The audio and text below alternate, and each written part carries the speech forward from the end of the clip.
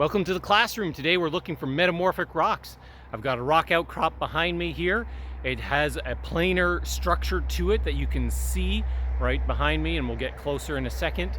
And that could be a bedding plane, it could be a foliation plane. Before I came out in the field here, I looked at satellite images and you could definitely see the fold patterns in the region.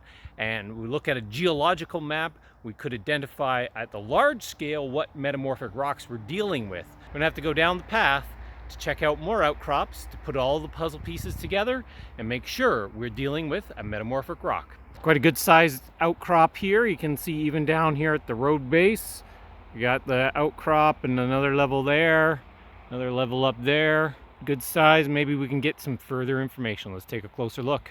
Got a good view of the foliation plane there all along, even up here. Still haven't got up high enough to see if we start to fold over at the top.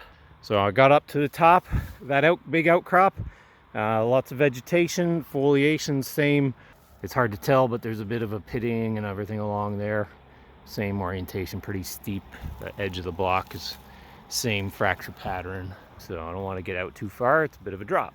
So it's a small outcrop. It's covered in a lot of foliation, lots of vegetation and trees and moss. But we've got this plane right here, and we've got thin pieces of rock falling off. A close look at that.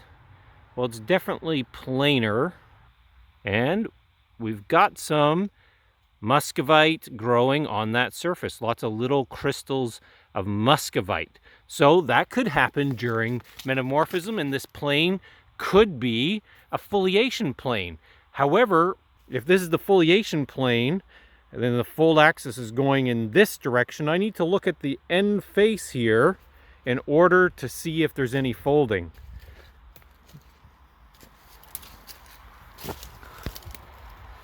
Now it's very tricky to see if there's any folding. You see the foliation plane there, and yeah, it's too much vegetation, so we've got to go further down. All right, right near the end, I was about to give up. This outcrop, we've got some waviness in that foliation plane, okay? So not, folding this way, but a little bit of waviness that way. And so in order to bend the rock like that, you can see also in this direction, a little bit of waviness in that foliation plane. All right, so a little bit waviness here as well, comes along, trace it up, around, a little bit of curvature in those foliation planes. That can only happen when we're bending the rock. All right, bending the rock, creating those foliation planes and folds. That's the only way to do it. The rock's too strong and hard and brittle.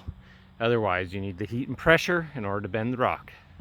So getting in the thick of it, you may get some more information. You got to get off the beaten path a little bit sometimes, and that's just the way it is with geology.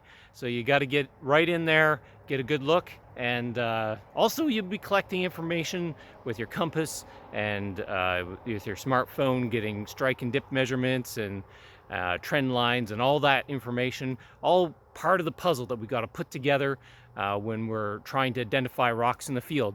And so there you have it. That's metamorphic rocks. We got to look for that foliation plane. We got to look for minerals that may grow during metamorphism, and folding would be really indicative. That's the only rock type in metamorphic rocks that we would see folding. So hope this helps you understand a little bit challenges identifying rocks in the field, and lets you get a little appreciation of the nature that we're dealing with. It's a really complicated three-dimensional puzzle, and that's what I really enjoy about it. So keep on watching and you'll learn a lot more.